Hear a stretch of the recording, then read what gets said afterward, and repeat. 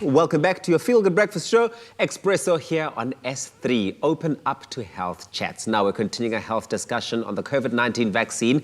It's a big thing all over the world. Medical doctor and public health medicine specialist Dr. Kerrin Begg is still here with us and unpacking all about the current rollout plan of the Johnson & Johnson vaccine as well as the expected third wave. Doctor, we've got a caller on the line who wants to ask a question. It's Marlene from Johannesburg. Marlene, good morning. Hi, good morning. How are you? Very well. Thank you, Marlene. What is your question for the good Dr. Begg? Hello, doctor. How are you today? Good, thank you. What's your question? Okay. My question is, I'm actually immigrating to Houston, Texas. I'm 68, and I'm very excited. But I really would like to know more or less when can I get vaccinated? Because obviously the consulate hasn't even opened up. But the minute they open up, I'm on my last sort of interview just with that. So I need to be vaccinated to be able to go. When more or less do you think will this happen? Okay, so not an easy question to answer, but we are still busy in phase 1, finishing off with healthcare workers. So we've done around 270,000. We still have around another 1 million healthcare workers to go. But hopefully we'll be able to ramp up the delivery of vaccinations quite quickly. Because that's been the delay. That's been the delay, is just simply the number of vaccines available to be able to administer vaccinations. So we're hoping to start phase 2, but by the end of April, May, round about then. So that will be the start of phase 2. And in phase 2, we'll be doing essential workers. So that's police services, teachers, and those kinds of workers.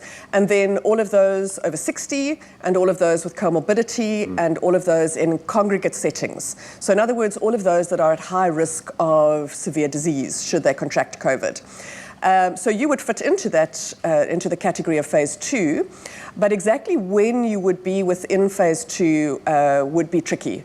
And that's likely to be for a number of months, probably about 4 to 6 months, and then we would start on phase 3, which would be all over 18s. So all I can say is this year, but probably within the next 4 to 6 months. I thought so. Thank you very much. Thank you for calling us, Marlene. Hopefully that answered your question. Well, doctor, that was going to be my follow-up question to you. We spoke about phase 1. You've just touched on phase 2 and the expectancies. When are you fully vaccinated? What is the process involved when you go for your jab? So the first thing is that you have to get registered. And this is something that's quite exciting that we've been able to do, and healthcare workers are kind of paving the way. So we have an electronic vaccination data system, EVDS, in which the entire country will require, so every person will be required to be registered on that vaccination system.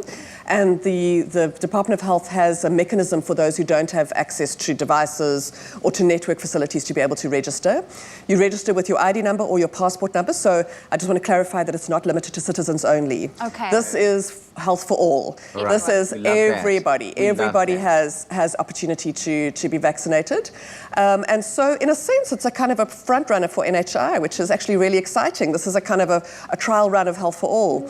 So you register, and part of that registration system entails that you indicate where you physically are so that you can then be allocated to a particular vaccine center. And that's all part of the registration system. And then during the trial version, which is what I was vaccinated under, you then had a second round of electronic registration, which required you to consent.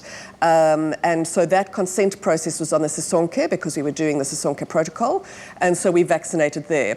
And then you will be allocated to your site, might have a third round where they then call you for your appointment. So it's quite important that you have a cell phone, that you have a device with a number, or at least a contact person, so that you can be indicated as to when your appointment date is.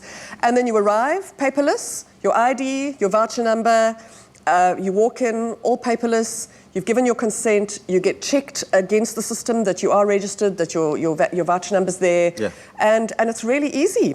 You get checked that you're not ill for the day, and you get your jab. You wait for 20 minutes to make sure that you're not having any ill effects, and then you're free to go. And with the Johnson & Johnson, it's 1 dose. That's amazing. So 14 days, and you are clear. You're clear. I just wanted to know, so from today going forward, people can already register and get their name onto the database? So the Department of Health have currently made the registration system just to be able to kind of manage and troubleshoot, is that currently it's for healthcare workers. So if you do try to do it, it'll tell you that you're ineligible for now. But as soon as there'll be a massive media campaign as soon as you start registering. So that will be really important for Marlene to do early on. So you get yourself registered and then you wait your turn. So if you're not a healthcare worker right now, do not panic. They will let us know when we can start registering. And of course, the media will definitely keep you up to date with when the next phase or the next process in the rollout process is. Well, Dr. Begg's not going anywhere. So if you have a comment or a question around the COVID-19 rollout plan here in South Africa, in fact, I'm talking about the vaccine rollout, you can contact us or leave us a message on social media.